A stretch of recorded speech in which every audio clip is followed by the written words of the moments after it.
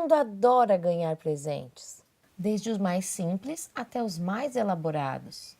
As mulheres amam roupas e sapatos. Já os homens preferem os artigos para carros e eletrônicos. E as crianças, elas mal podem esperar pelas datas comemorativas, aniversário, Dia das Crianças e o Natal. Desde uma singela flor até um simples bilhetinho ou cartão. Cada presente que nós recebemos é carregado de carinho e isso envolve o nosso ser e nos enche de alegria. Mas você já pensou que cada presente que você ganhou para você foi de graça, mas não foi de graça para quem o deu? E você já pensou também que o maior presente do mundo, aquele que você já recebeu, se chama graça, foi de graça para você, mas não foi de graça para o nosso Salvador que te ofereceu? Em Efésios 2:8, podemos ler que pela graça nós fomos salvos mediante a fé e que isso não vinha de nós, é um dom de Deus. Você percebeu? É um presente de Deus dado a você, mas que não foi de graça para Ele. Custou o preço do seu sangue. O nosso Deus nos salvou de graça mesmo. Mas por que então que temos a tendência de achar que devemos pagar algo por ela? Essa questão era de extrema importância nos dias de Lutero. Havia a venda de indulgências como meio de obter a salvação. E Lutero, através da reforma protestante, faz o seu brado, afirmando que não era a venda de indulgências que nos trazia a salvação, mas sim o sacrifício do Filho de Deus, que é oferecido a mim e a você, de graça. Sola gratia, ou somente a graça. Esse é o tema do programa Vida Mais Viva que está começando agora.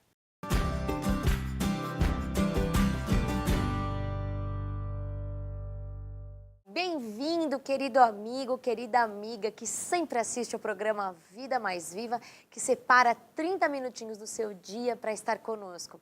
É de todo o coração que eu digo que essas mensagens, esses programas que são preparados são feitos com muita oração e muito carinho para melhorar a sua vida e da sua família.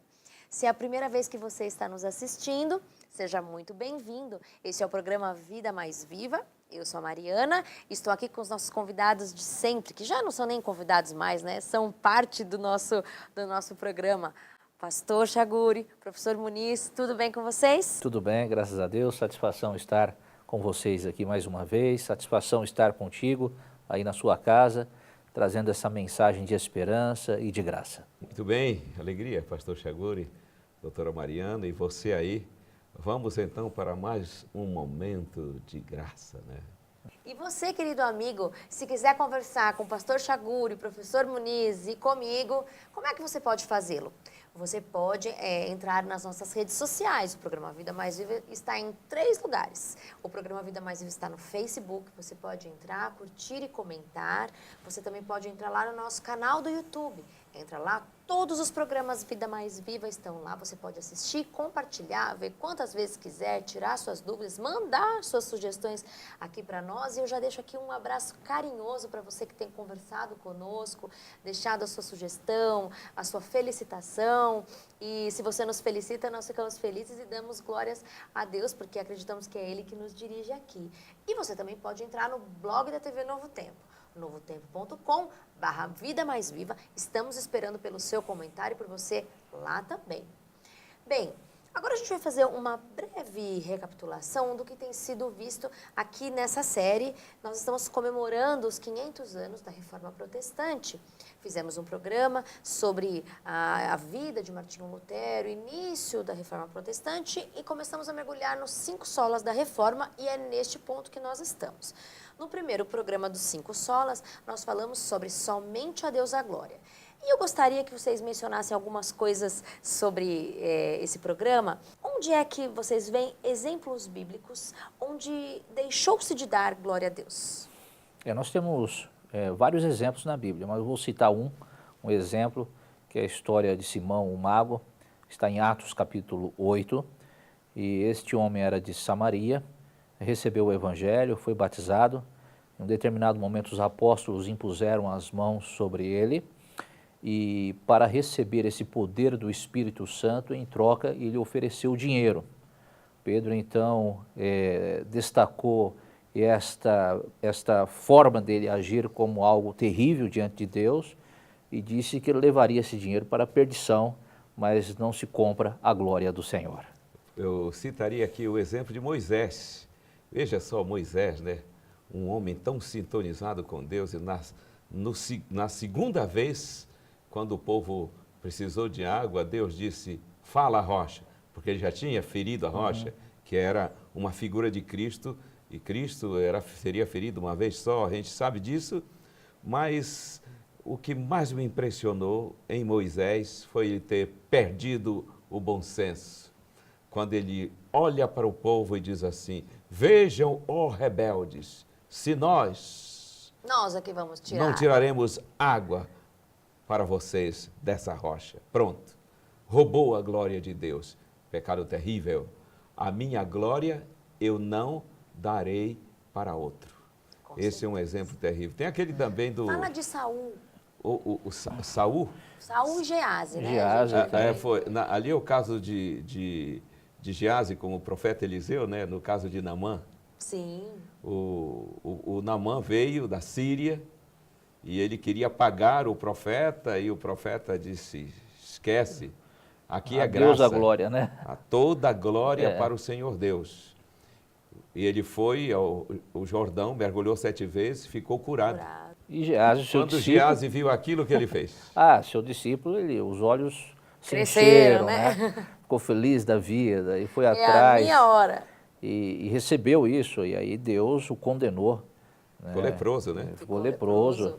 É algo terrível, porque quando você transfere a glória de Deus para o homem, é trágico, trágico. Estava redondinho, estava tudo certo. Exatamente uma lição do que é a graça, receber de graça a bênção, que a lepra era símbolo do pecado. E o Gease, ele compreendia essa teologia, mas o dinheiro falou mais alto. Falou mais alto. Tem aquele caso também de Saul, quando o Samuel disse, Deus está dizendo para você destruir os amalequitas. Todos, né? Porque os amalequitas tinham ultrapassado os limites da graça de Deus. E o Saul foi lá e, quando ele viu Agag, ele cresceu o egão dele e ele disse, não, Agag, eu não vou matar Agag. Eu vou levar esse cara vivo para que todos vejam quem é Saul.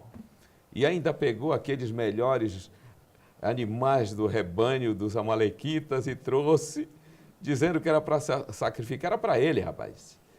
Aí, quando ele trouxe essa glória para ele, o que o profeta disse? Deus também tem rasgado o teu reino. Samuel queria ir embora, ele não queria deixar, rasgou um pedaço do manto, né? Exatamente. Ali foi a derrocada de Saul, hein? Foi. São exemplos bíblicos, né? Da trágica história humana, quando o homem joga a glória de Deus para si. E nos dias de hoje, como é que você, eu e quem está nos assistindo podemos usurpar uma glória que não é nossa, que é de Deus? Você vê vários exemplos na igreja, né? Exemplos de pessoas que se apaixonam pelas funções e quando essas pessoas perdem as suas funções na igreja, elas surtam. Se magoam, se magoam, machucam com a fé, alguns até abandonam a fé, porque transfere o ato de realizar algo na igreja para si próprio, quando é uma atitude inteiramente divina, né? Faz da igreja um estado paralelo. Ele diz que a Bíblia não fala em cargo, né? A Bíblia fala em carga, levai as cargas, mas essa poucos querem. Essa ninguém quer, mas o cargo... De fato, isso é uma situação complicada. Complicada. A gente dá uma olhada nesse cenário cristão contemporâneo, nós vamos ver muitos roubando a glória de Deus. Eu não consigo entender como que uma pessoa pode se enriquecer tendo o Evangelho como fonte. Absurdo. Isso, na minha cabeça, não entra.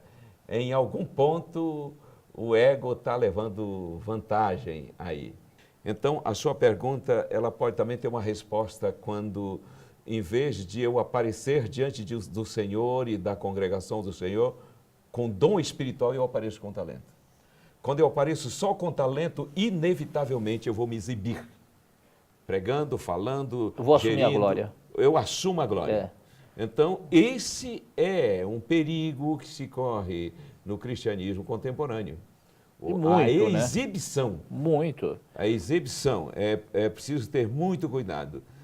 Cada um de nós temos que estar perguntando, eu estou aparecendo diante do Senhor e do seu povo com talento natural apenas ou com dom espiritual? Você não precisa se tornar um showman para pregar o evangelho, para orar, para cantar. Reconheça que você não é nada e naquele momento receberá as bênçãos de Deus, o poder de Deus, porque agora você transfere não somente a sua capacidade de realização na obra de Deus a Ele, mas você faz a vontade do Senhor. E se por acaso você for bem sucedido, lembre-se de render a quem deve a glória, né? Sim, claro. Se por acaso você for bem sucedido na sua música, no seu sermão, nas suas palavras, no que você fizer, quando você for elogiado, lembre-se de dar glória a quem merece essa glória, né? Você, como pastor, você já teve a seguinte experiência de ter que chegar para alguém e dizer assim, você não vai poder cantar as 3 músicas, por alguma circunstância, apenas uma. E a pessoa fica aborrecida? Nossa, 16 anos de ministério. Pessoa surta, Muniz. É mesmo? Perde a noção.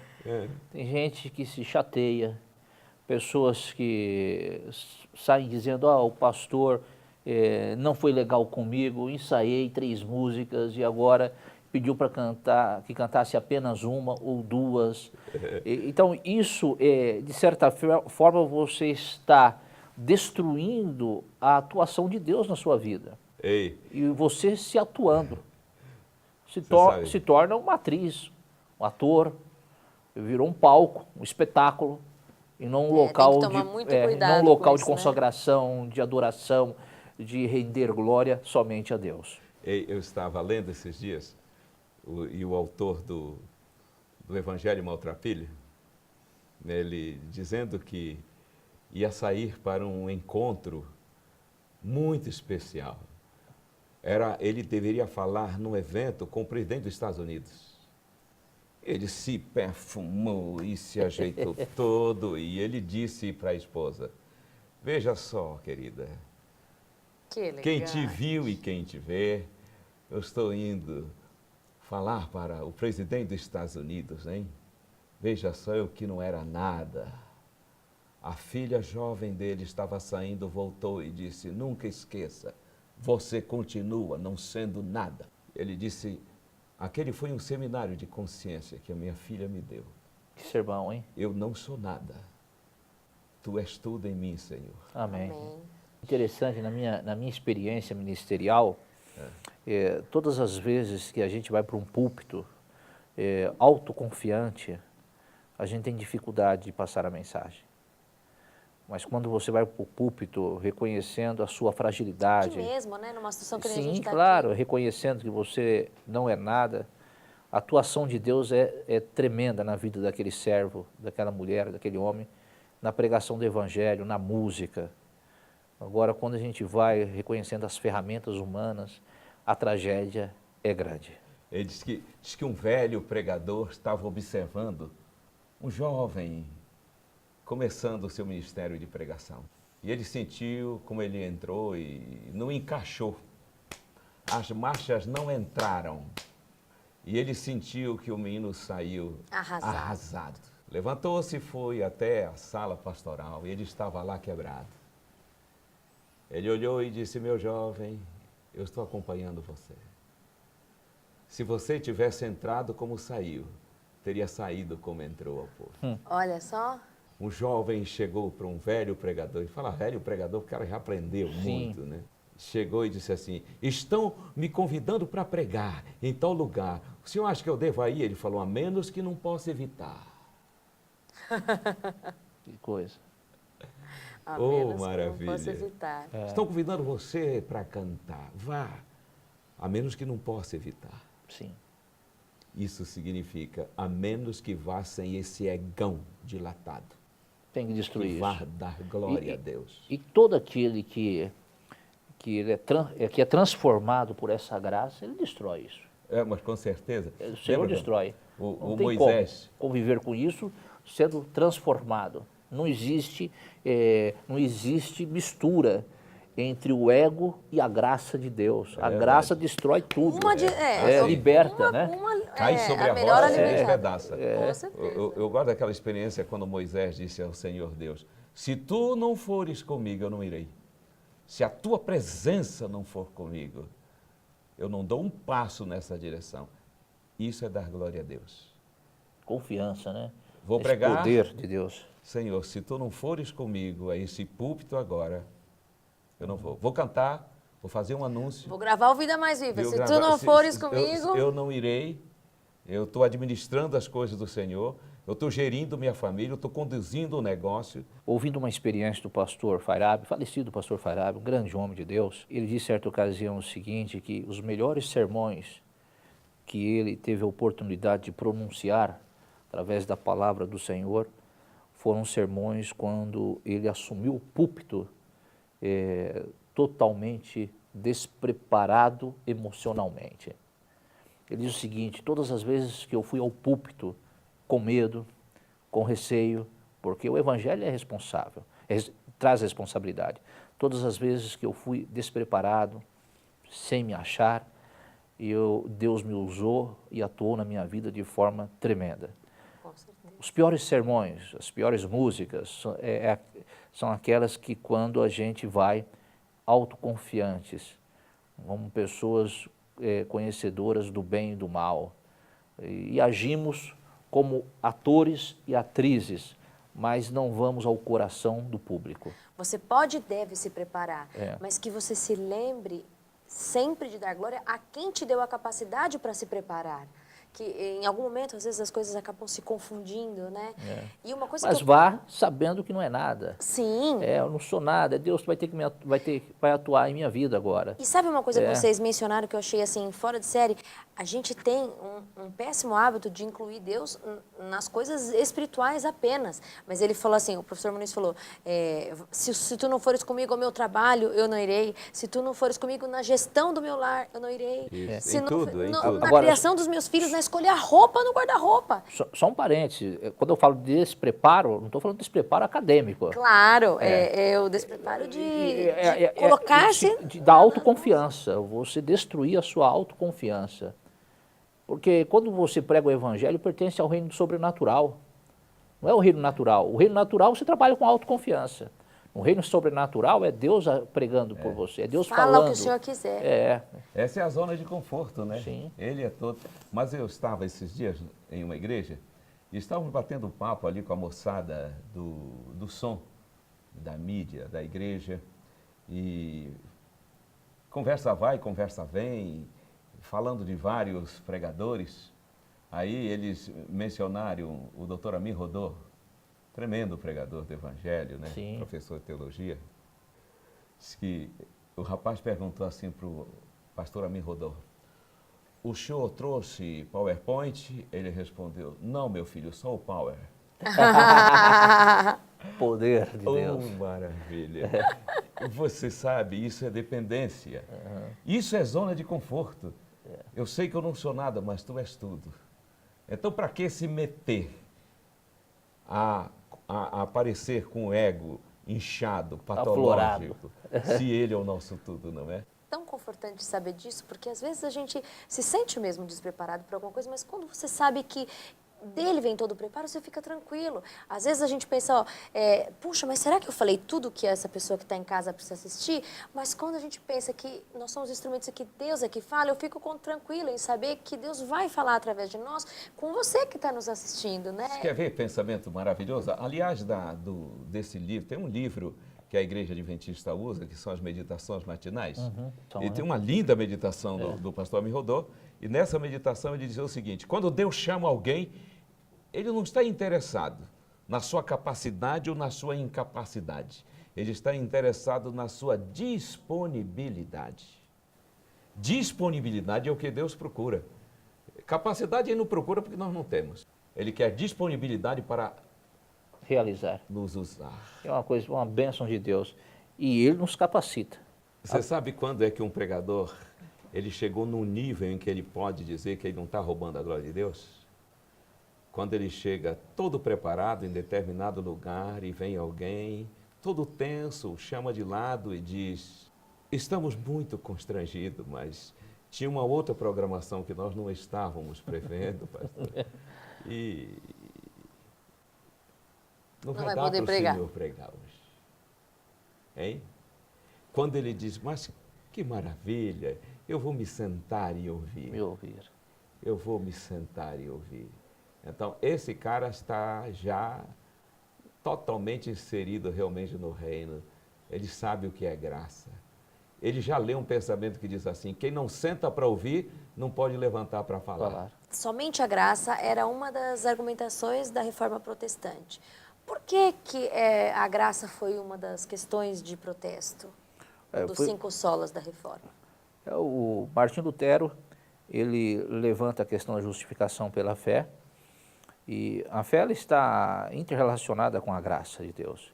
A religião da época era a religião meritória, de penitências, e a graça ela vem justamente para destruir isso. Ela acaba com todo tipo de mérito humano, de alcance de salvação pelos méritos humanos. E apresenta uma atuação de Deus, a salvação é exclusiva de Deus, para que ninguém se glorie, diz a palavra. Então, é uma atuação de Deus.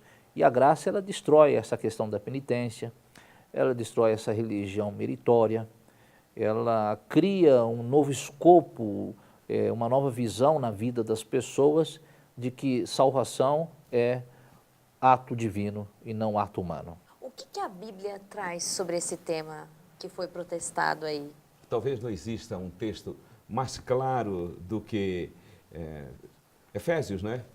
Efésios capítulo 2, verso 8, ele diz assim: porque pela graça sois salvos, mediante a fé, e isso não vem de vós, é dom de Deus. Esse só a graça estava batendo de frente exatamente com essa religião centralizada em obras humanas, né? Assim como só glória a Deus combatia o sacerdócio, que centralizava nele a mente humana, somente a graça combate a centralização em obras humanas para recomendar o pecador a Deus. Por que o ser humano parece que tem esse gosto por buscar a salvação pelas obras? Tem desejo, né? Primeiro, eu creio que foi ensinado, criado dessa forma. Esse desejo de querer pagar, de pagar alguma coisa, isso faz parte da... a vida humana, ela é uma vida sempre de contribuição para ser aceito. O homem, ele cresceu nesse sistema, é sistêmico isso. Ele cresceu nesse sistema que ele contribui para ser aceito. E não é diferente quando se trata de salvação. Você faz alguma coisa para você ser aceito por Deus. E é totalmente o contrário. Salvação é uma atitude de Deus sem nós merecermos. Ele nos aceitou sem haver merecimento em nós. Ele assume o papel de bondade porque nós não somos capazes de apresentar esse papel de bondade. Então, a salvação é sempre uma atitude divina no homem. Qual que é a armadilha que está embutida aí atrás da salvação meritória, como vocês falam? A salvação através dos méritos ou das obras. É a ilusão de que eu posso chegar lá. Isso vem desde o nascedouro da humanidade pecadora, quando Caim tentou uma religião de pompa, né? Se você olhasse o altar de Caim, ele era muito mais bonito que o altar de Abel. Ele era mais bonito, não era não? Muito mais bonito. Ele deve ter jogado umas samambaias cobrindo aquilo tudo, não é? Pensa numa melancia. Muitas frutas. Aquelas uvas, ali já logo imediatamente a entrada do pecado, da terra ainda muito fértil. Que altar lindo! Mas assim é a religião de formas. A religião de méritos, ela é bonita, ela é toda rebuscada. Quanto mais enfeitada é a religião, mais sutil é exatamente essa armadilha para que o indivíduo caia nessa religião de mérito. Até porque a obra chama atenção, né? É. O camarada que ele faz busca a salvação pelas suas obras, qual é a tendência humana? Olha que pessoa boa, sempre está fazendo bem, é um bom guardador do sábado.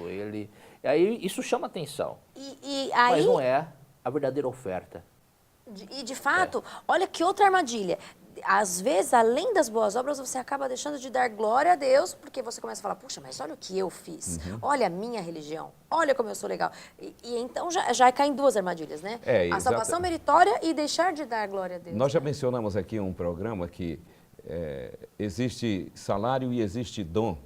Quando eu entro por esse viés pagão da salvação através de minhas obras, então eu estou buscando um salário e não o dom.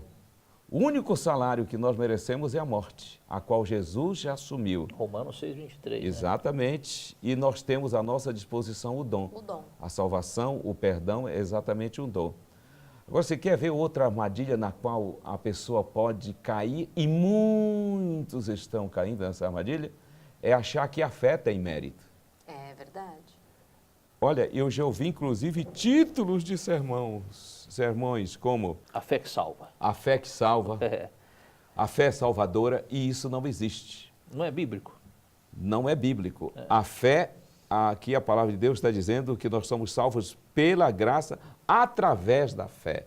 A fé é tão somente o método para tomar posse da salvação que é pela graça, por tudo que aconteceu na vida de Cristo. É a mão que toma... a metodologia. Ela recebe o presente.